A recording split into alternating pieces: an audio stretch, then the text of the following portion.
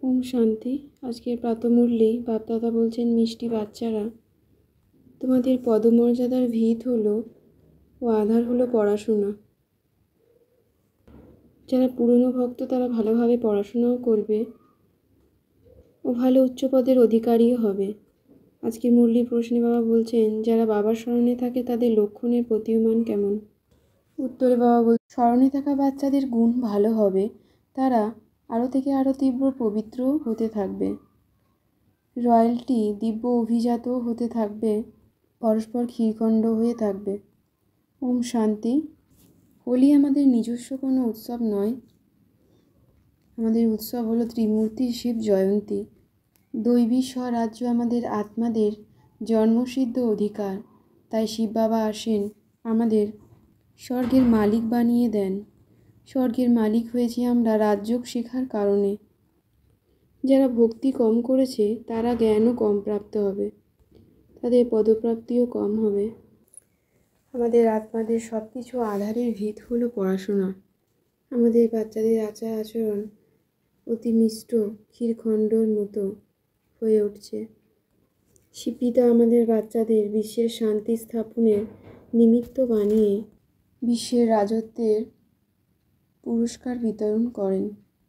এই পুরস্কার আমরা প্রাপ্ত করি নম্বর ক্রমানুসারে। পুরস্কার কত বড়! বিশ্বের সূর্যবংশীয় রাজত্ব প্রাপ্তি। বিশ্বের রাজত্ব নিতে গেলে কিছু পরিশ্রমও আমাদের করতে হয়।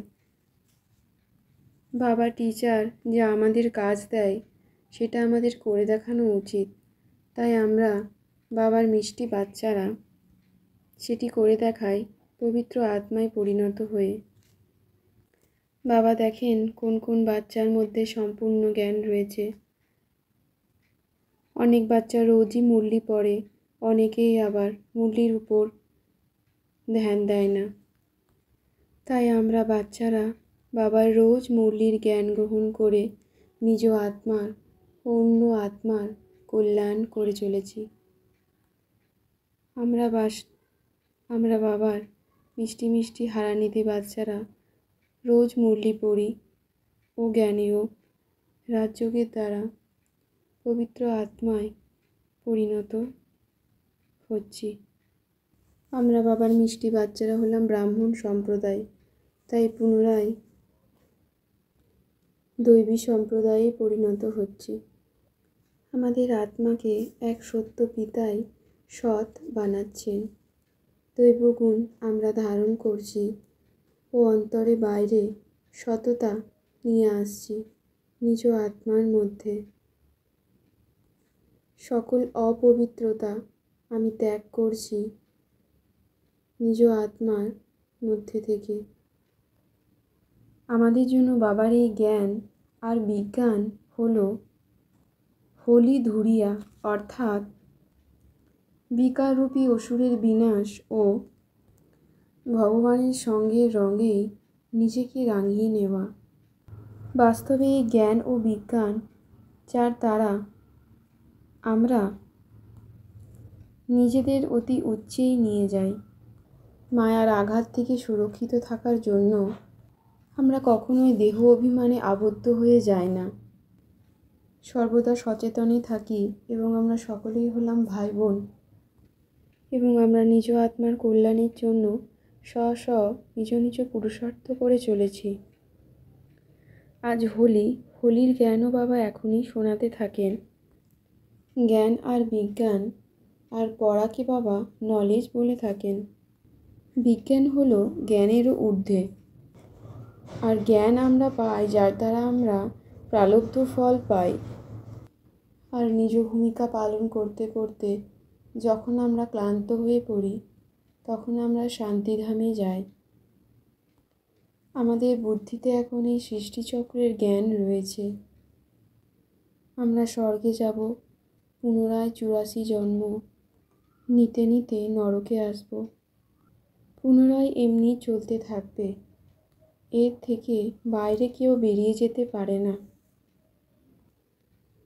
কেউ ভাবে বা বলে, যদি এই ড্রামা কেন তৈরি হয়েছে, তাহলে এটি হলো নতুন দুনিয়া ও পুরনো দুনিয়ার খেলা। এই ড্রামা অনাদিকাল থেকেই নির্ধারিত হয়ে রয়েছে। তবে সর্বাপেক্ষা প্রথম ও প্রধান কথা যেটি হলো সেটি হলো নিজেকে আত্মা মনে করে পিতা, শিব পিতা বাবাকে স্মরণ করা। তাই আমরা আত্মারা বাবাকে স্মরণের দ্বারা পবিত্র হয়ে উঠছি। সকল আত্মাকে আমাদের এটাই বলা উচিত, দেহ অভিমান ছেড়ে দেহি অভিমানী হয়ে ওঠো। আমাদের কাছে বাবার এই পড়াশোনাই হলো মুখ্য উৎসব, এবং এর মাধ্যমে আমরা বাচ্চারা কত কিছু উপার্জন করি। আমরা বাচ্চারা জানি যে সত্য যুগে এমন কোনো উপদ্রব হয় না। আমি আত্মা বিন্দু এই পুরনো দুনিয়াকে ভুলে নিজেকে আত্মা বলে অনুভব করে নিজ দেহ ভুলে একান্তে ও একাকী হয়ে নিজ ঘরকে স্মরণ করে চলেছি পরম ধাম, সুখধামে। কারোর সাথেই বেশি কথা না বলে নিজেকে শান্ত ও একান্ত চিত্তে একরাও স্থিতি থেকে বাবাকে স্মরণ করে নিজেকে আত্মা অনুভব করছি ও সকলের সাথে অতি অল্প, অতি মিষ্টি, শান্তভাবে প্রেমপূর্বক কথা বলি। আমি আত্মা। শান্তিপূর্বক কথা বলাও থাকায় আমি আত্মার কর্তব্য ও দায়িত্ব। কেন কি আমরা বাচ্চারা শান্তির দ্বারাই বিজয় প্রাপ্ত করে চলেছি। একমাত্র বাবা ব্যতীত আর কারোর সাথে প্রেমের বন্ধন না রেখে যত পারি আমি আত্মা বাবার এই দিব্য জ্ঞান দ্বারা পড়াশোনা করে বাবার সর্ব খাজানা গ্রহণ করে চলেছি।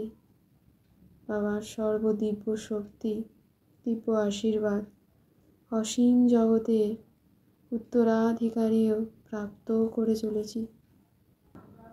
সত্য পিতা আমাদের সৎ বানাতে এসেছেন, তাই আমরা সততার সাথে বাবার শ্রীমত অনুসারেই চলি। এবং নিজ আত্মার মধ্যে কোনো আসুরি গুণ নেই তো আমরা চেক করি। সম্পূর্ণ ধ্যান মুরলির উপর দিয়ে রোজ আমি বাবাকে স্মরণ করি ও বাবার মুরলি পড়ি। নিজ ও অপর আত্মার কল্যাণ করি ও বাবা যা কাজ দেন সেটাই আমি আত্মা করে চলি। হোলি শব্দের অর্থকে আমি আত্মা নিজ জীবনে ধারণ করে পুরুষার্থের স্পিডকে আরও তেজময় করে, আরও দিব্যময় করে তীব্র পুরুষার্থী হয়ে উঠছি। হোলি অর্থাৎ যা কিছু হয়ে গেছে পাস্ট, সেগুলিকে সব সমাপ্ত করে অতীতকে বিন্দু লাগিয়ে এগিয়ে চলা, এটিই হলো হোলি মানানো আমি আত্মা। অতীতের কথা এমন অনুভব হবে যেন পুরনো কোনো জন্মের কথা। এইরকম স্থিতির দ্বারাই আমি আত্মার পুরুষার্থ তীব্র স্পিড হয়ে আসছে। নিজের বা অন্যদের পাস্ট হয়ে যাওয়া বিষয়কে বর্ণনে, চিন্তায় বা বুদ্ধিতে পুরোপুরি ডিলিট করে সকলকে ক্ষমা করে সকল আত্মার সংস্কারকে বুঝে তীব্র পুরুষার্থী হয়ে উঠছি।